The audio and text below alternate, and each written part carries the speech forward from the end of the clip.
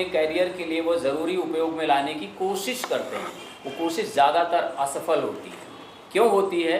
क्योंकि जिसको हम बैकिंग कहते हैं, जिसको हम सपोर्ट सिस्टम कहते हैं, वो उनके पूरी तरह खिलाफ है। और वो क्या है? रिकमेंडेशन। अगर कहीं पूरी तरह से न्याय के पद की नियुक्ति, पूरी दुनिया के सारे आंकड़े उठा करके देख लीजिए, कहीं आपको ऐसा नहीं मिलेगा कि कोई जिला सत्र या जिला न्यायालय के व्यक्ति को उठा करके कोई हाई कोर्ट, सुप्रीम कोर्ट जैसी जगह पे बिठा दे, इसलिए कि उसका कैरियर बिल्कुल बेदाग है। वो बेदाग बना या बनाया गया ये किसी को नहीं पता है। किस तरह के निर्णय से कहाँ उनको पहुँचाया गया ये कोई नहीं जानता है। तो बहुत छोटी छोटी चीज़ें हैं जो आरक्षण ना लागू होने के कारण या न्यायपालिका में संवैधानिक प्रावधानों के पूरी तरह ना लागू होने के कारण परेशान करती हैं।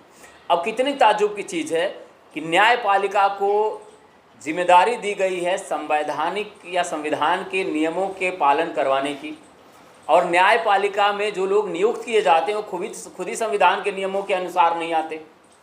तो ये जो विरोधाभास है, इसको लेकर के सरकारें चल रही हैं, इसको लेकर के व्यवस्था चल रही है। इसीलिए बार बार मांग उठती है कि न्यायपालिका में जो आरक्षण है वो लागू होना चाहिए, और अगर नहीं लागू किया जाता है तो न्यायपालिका जो है कभी भी ऐसे लोगों के लिए न्याय नहीं दिला सकती जो संसाधन संपन्न नहीं है। एक लेखक ने कहा था कि कोर्ट की ईंट ईंट पैसे मांगती है, जिनके पास पैसा नहीं है इसका मतलब उनके साथ न्याय नहीं होगा। तो जो छोटे छोटे ऐसे टूल हैं उनका इस्तेमाल करके सरकारें चाहे जितनी दावा करती हों, जितने वादे करती हों, जितने व्यवस्थाएं देती हों, लेकिन सच्चाई ये है कि वो लोग न्याय के नाम पर जनता को गुमराह कर रहे हैं। मैं ये नहीं कह रहा हूँ कि न्यायपालिका के सारे फैसले इस तरह की चीज़ों के खिलाफ हैं, लेकिन मैं एक दो छोटे छोटे उदाहरण देता हूँ। EWS का आरक्षण लागू हुआ और 1 साल के अंदर अंदर पूरी तरह से उसको लागू कर दिया गया, साथ में उसको बैकलॉग भी दे दिया गया।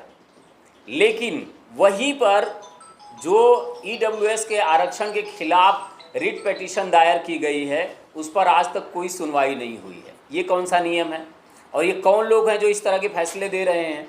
दूसरा, 1993 से लेके 2007 तक बार बार न्यायपालिका के सिस्टम को डिस्टर्ब करने की, न्यायपालिका ने आरक्षण की व्यवस्था को डिस्टर्ब करने की कोशिश की है।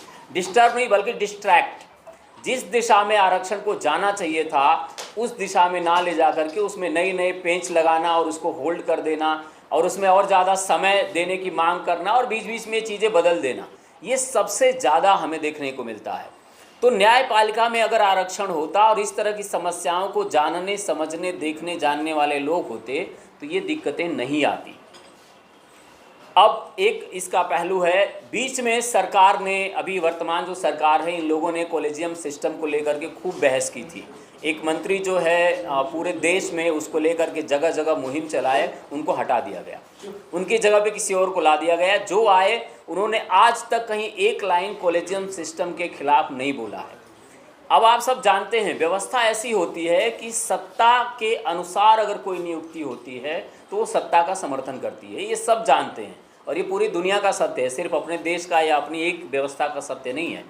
कोई भी नियुक्ति अगर सत्ता के समर्थन या सत्ता के आसपास के लिए होती है तो वो सत्ता का समर्थन करती है, वो सत्ता को संचालित करने में जो बाधाएं आती हैं उनको दूर करने में मदद करती है।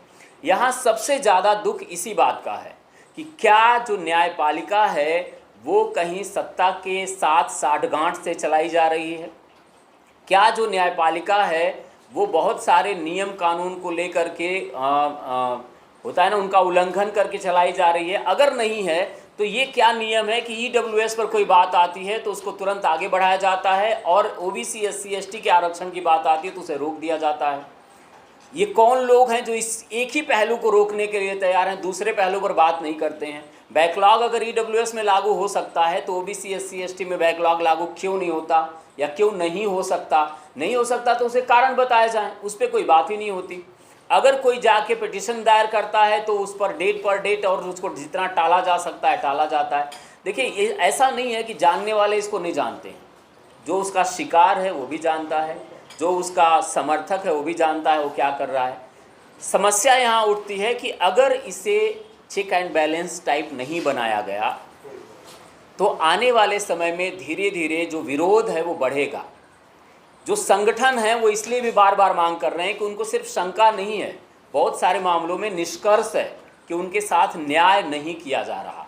तो जो ये अन्याय की जो प्रक्रिया है, जो न्यायपालिका है, वो कहीं अन्यायपालिका की तरफ ना बढ़ने लगे, उसके लिए ज़रूरी है कि उसमें रिजर्वेशन लागू किया जाए, हर स्तर पर प्रतिनिधित्व दिया जाए, हर वर्ग हर क्षेत्र के लोगों को प्रतिनिधित्व दिया जाए, खास परिवार, क्योंकि न्यायपालिका कोई किसी की वंश बेली बढ़ाने की व्यवस्था नहीं है, ये देश की न्यायपालिका है, संविधान की सुरक्षा, संविधान के नियम से संचालित होने की व्यवस्था है।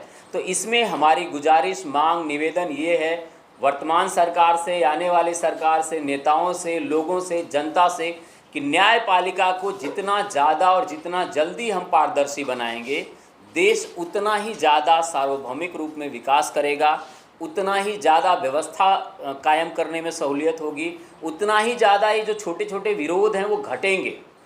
क्योंकि न्यायपालिका अगर पारदर्शी तरीके से काम करेगी तो जितने आज आप देख लीजिए, इतने सारे मुकदमे पेंडिंग हैं, लाखों लाख मुकदमे जिला न्यायालयों से लेकर के और सत्र न्यायालयों से लेकर के यहाँ तक पेंडिंग है। ये क्यों पेंडिंग है? अगर जजों की कमी है तो वहाँ नियुक्ति नहीं हो रही है। नियुक्ति क्यों नहीं हो रही है? अगर नियुक्ति नहीं होगी तो जो लोग हैं उन पर बोझ इतना ज़्यादा है कि वो जैसे तैसे चीज़ों को निपटा रहे। तो निवेदन, गुजारिश, सलाह ये सब है, जितने आंदोलन करने वाले लोग हैं, जितने सामाजिक संगठन हैं, जो इस चीज़ के समर्थन में हैं, जो चाहते हैं कि न्यायपालिका में आरक्षण होना चाहिए, वो सारे लोग इस आवाज़ में आवाज़ मिलाएं, इस आवाज़ को बुलंद करें कि न्यायपालिका में आरक्षण होना चाहिए। जो पद खाली है उन्हें जल्दी से जल्दी भरा जाना चाहिए, और इसमें जितनी दुर्व्यवस्थाएं इस तरह की हैं रिकमेंडेशन वाली, उनको दूर करके पारदर्शी प्रक्रिया लागू होनी चाहिए। जैसे परीक्षा, जैसे अनुभव, या इस तरह की जो नीतियां हैं जिसमें सिर्फ रिकमेंडेशन चलती है, उन्हें किसी भी हालत में लागू नहीं किया जाना चाहिए। इससे न्यायपालिका की जो पारदर्शिता है वो घट रही है। और मुझे बस इतना ही कहना था। आप सबने सुना, बहुत बहुत धन्यवाद। नमस्कार, जय हिंद। अब